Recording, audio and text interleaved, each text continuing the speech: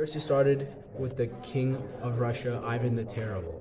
He went through something called the Good Periods that lasted about 16 years until the death of his wife caused him to go crazy under the assumption that someone had murdered him. He stopped trusting anybody he found suspicious and created a force that he would use to stomp out what he called traitors, regardless of whether they were or not. There was no trial and nobody could do anything about it.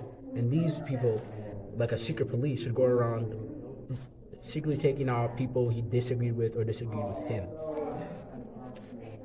But the standing out point of his run was that he murdered his own firstborn son, who was the most worthy of the throne at the time.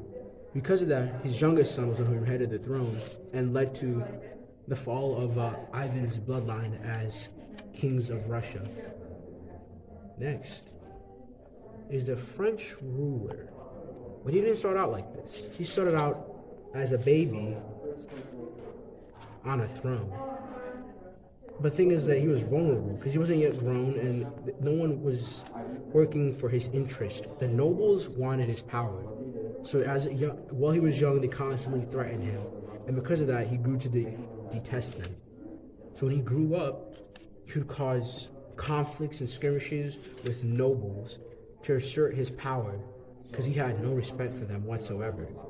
This led to the people not willing to stand out against him because they knew if they did, there'd be more conflict. And all the conflict caused made them much rather be under oppression than the conflict. Then there was King Philip.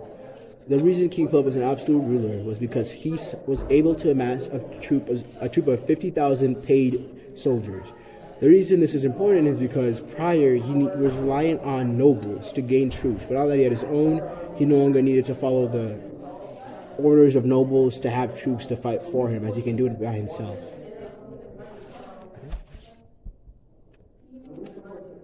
Next is Cromwell.